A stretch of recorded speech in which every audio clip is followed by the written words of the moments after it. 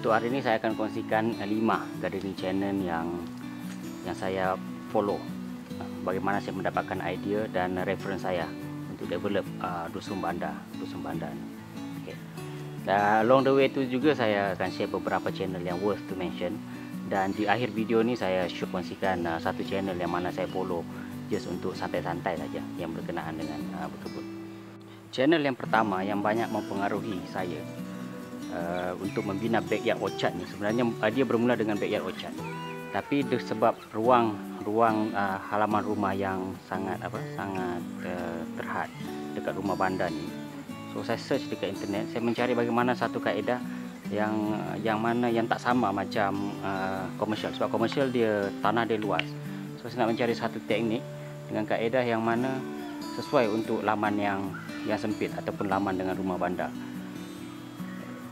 Dari situ juga tercetusnya saya untuk membuat dusun banda. So pada hari pertama saya beli rumah ni, memang sewaktu construction memang itu adalah salah satu planning saya yang utama lah. So channel yang pertama yang saya follow adalah Dave Wilson Nursery. Dave Wilson Nursery ni dia menunjukkan tentang high density planting dengan high density pruning. So kalau anda tengok pokok-pokok yang ada dekat dusun banda ni, paling tinggi pun kita akan design pokok ni paling tinggi pun sama tinggi dengan saya je, sampai capai tangan. Kalau kita tengok pokok mangga ni, memang saya akan pruning. Memang saya akan pruning sampai setinggi tangan tu je, setinggi ni je. So ini adalah saiz terakhir sebenarnya. So kalau kita tengok daripada komen-komen dekat YouTube, masih ada lagi subscriber ataupun penonton video tersebut yang masih tidak faham dengan konsep yang saya buat. So video ini memang khas untuk memberi pengajaran dan penerangan kenapa dan mengapa saya buat begitu. Kenapa saya tanam pokok jarak 5 kaki, dan kenapa saiz pokok, sebagai contoh yang terbaik, saiz pokok ni je. Saiz pokok ni je tak sampai 5 kaki. So nak ambil buah pun tinggal petik je. So itu adalah apa yang mempengaruhi Dave Wilson. So dekat Dave Wilson dia mempengaruhi saya. Yang pertama, tanam pokok rapat-rapat. Kemudian buat high density pruning macam saya potong mangga saya dulu tu. Dalam masa yang sama, high density planting. Kalau kita tengok high density planting bermaksud, kalau tengok pokok ni ada 2 dalam satu lubang yang kecil. So saya ada pokok turi dengan pokok salam, saya combine-kan. So itu adalah antara teknik-teknik yang diajarkan oleh Dave Wilson. Lepas daripada Dave Wilson, kemudian dalam berkebun ni kita tak boleh lari daripada baja dengan nutrien. Biasalah kita akan start dengan yang komersial dulu. Daripada Rustic Garden saya belajar tentang baja-baja yang tak organik, baja-baja kimia. Daripada baja-baja kimia tu saya belajar tentang benda yang basic lah, NPK apa semua. So saya memang masih ada stok baja, ya, sebab saya beli baja secara berkarung. So kalau nak beli baja yang murah, beli baja untuk kelapa sawit. Kelapa sawit pun dia ada baja hijau, baja merah. So baja hijau tu selalunya untuk pertumbuhan, lepas tu baja merah tu untuk buah. Jadi kalau nak murah boleh beli baja kelapa sawit. Macam saya beli baja kelapa sawit untuk buah yang ada trace element. So itu adalah channel nombor 2, iaitu channel Rustic Garden.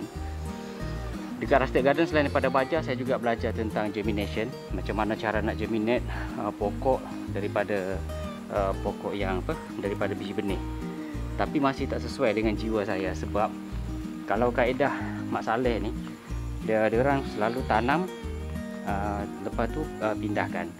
Saya tak suka benda tu, sebab bagi saya susah. Saya nak cari satu cara yang mudah. So saya nak cari cara yang tanam direct je. Tanam direct macam ni. Kan, bagaimana cara tanam direct. So dari situ pencarian saya teruskan lagi. Pencarian, dan biasalah YouTube ni adalah sumber ilmu yang sangat banyak.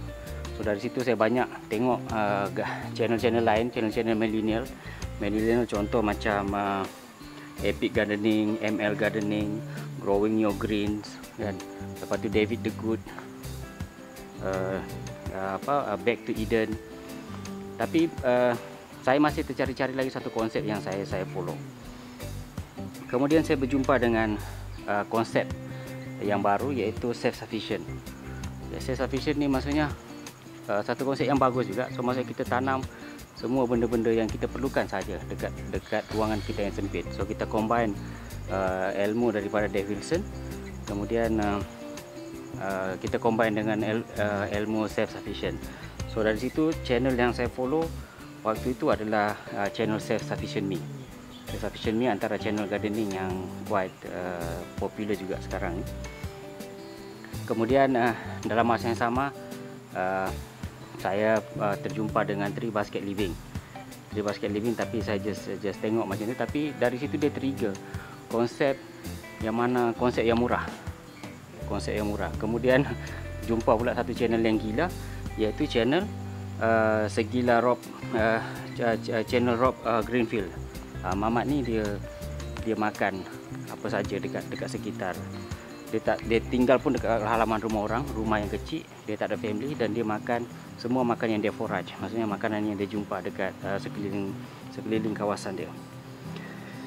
So itu channel yang ketiga yang saya recommend, itu Self-Sufficient Me. Yang channel lain-lain yang saya sebut tu just channel-channel apa yang saya teringat lah, yang saya tak follow sangat. Kemudian end up saya kata okay, that's it. Saya perlukan sesuatu yang organik, selamat, murah dan sustainable. Dari situ saya terjumpa dengan projek-projek Greening the Desert kan. Daripada Greening the Desert, dia membawa saya berjumpa dengan Jeff Lawton. Dari Jeff Lawton tu channel yang saya follow adalah channel Discover Permaculture. Dari channel Discover Permaculture, tapi dia skill dia terlampau besar.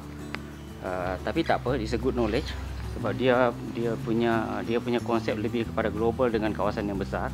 Tapi di permaculture juga boleh dijalankan di kawasan-kawasan yang kecil macam kita ni. So daripada situ saya mula go deep into the science pula. Into the science. Jadi saya tengok banyak video-video daripada Dr. Ilan Ingham pasal microbe. Daripada belajar pasal microbe tu, konsep kesuburan tanah dan banyak fakta-fakta ringkas yang sangat interesting. Contohnya tanah dekat mana-mana dekat dunia ni, nutrien dia semua hampir kurang sama aja. Tak kira lah dekat desert ke, dekat mana ke. Cuma yang membezakan dia bagaimana dia bertubah daripada bentuk yang boleh diserap oleh tumbuhan. So dari situlah saya belajar tentang microbe daripada teori Dr. Ilan Ingham. Tapi saya masih tak sedikit tidak bersetuju sebab dia tidak embrace. Dia kata hanya microbe yang tertentu saja yang diperlukan, sedangkan knowledge kita ni belum sampai lagi untuk identify the whole percent microbe dekat dunia ni. Jadi bagi saya sesuatu yang sama ada baik atau buruk kan, sama ada kambing atau harimau dijadikan tu mesti ada tujuan dia. So dari situ saya keep on belajar lagi, dan saya berjumpa dengan Korea Natural Farming. Daripada Korea Natural Farming tu, which is good concept, cuma saya kurang bersetuju sebab dia terlampau banyak menggunakan banyak kerja lah. Bagi saya kerja masih banyak. Kita terpaksa buat EM, kita terpaksa buat molasses pakai gula. So input tu masih boleh dikonsider sebagai mahal. Oleh kerana input yang masih mahal, saya dig lagi back to nature, bagaimana cara atau konsep yang boleh saya follow yang paling murah. Dan end up pada hari ini, kalau anda tengok semua website saya ataupun semua konsep yang saya follow 100% adalah konsep jadam. Konsep jadam ni adalah konsep yang sangat murah, ultra murah. Dan insya-Allah kalau saya dah pandai ataupun dah mendalami ilmu tersebut, nanti saya boleh kongsikan dengan petani-petani dekat kampung saya untuk saya praktikkan. Dalam masa yang sama, kalau anda tengok video saya yang lepas, saya dah start praktikkan benda ni dekat kebun salak abang saya. So itulah. Tapi dalam masa yang sama, saya masih terbuka lagi untuk untuk belajar apa-apa ilmu lain. Saya tidaklah terlampau rigid hanya pakai jadam saja, tak. Saya kalau to be truthful, macam saya katakan tadi, baja kimia saya masih ada lagi pun, dan saya masih menggunakan dia sedikit. Kalau anda tengok pokok saya ni, akan lagi baja baja kimia, baja buah ni, baja merah kelapa sawit. Sebab saya beli dulu secara berkarung, so masih ada dalam 1/3 lagi. So itu adalah 5 channel yang saya follow. Yang pertama adalah channel Dave Wilson, kemudian channel Rusted Garden, kemudian Self Sufficient Me, kemudian Discover Permaculture, dan akhirnya channel Jadam. So untuk Jadam tu saya ada kongsikan playlist dia untuk ilmu-ilmu Jadam yang dalam bahasa Inggeris. Untuk rujukan anda semua boleh follow playlist dekat atas ni.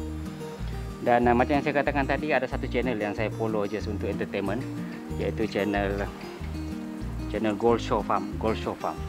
Gold Show Farm ni dia berpindah daripada bandar, kemudian dia buat kebun dia sendirilah dekat Belmont, kawasan yang sangat sejuk.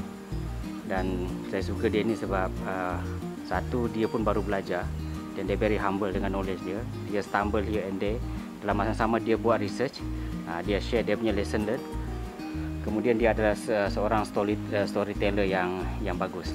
So untuk santai-santai pasal channel gardening, saya recommend anda tengok Gold Show Farm.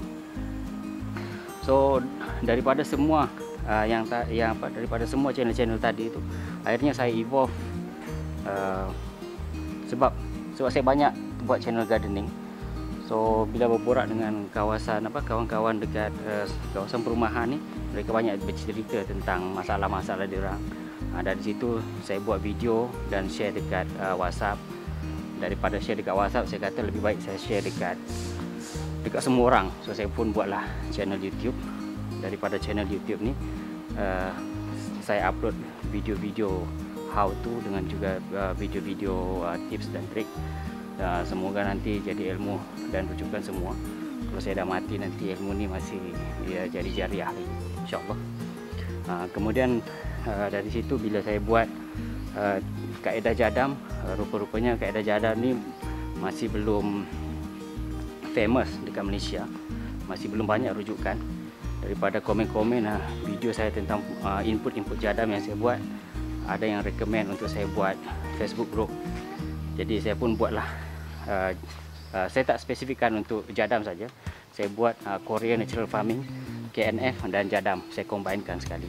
Sebab bagi saya KNF pun ada tempatnya, walaupun sedikit renyah ada benda nak kena buat, tapi bagi saya sebab dia natural, saya sokong.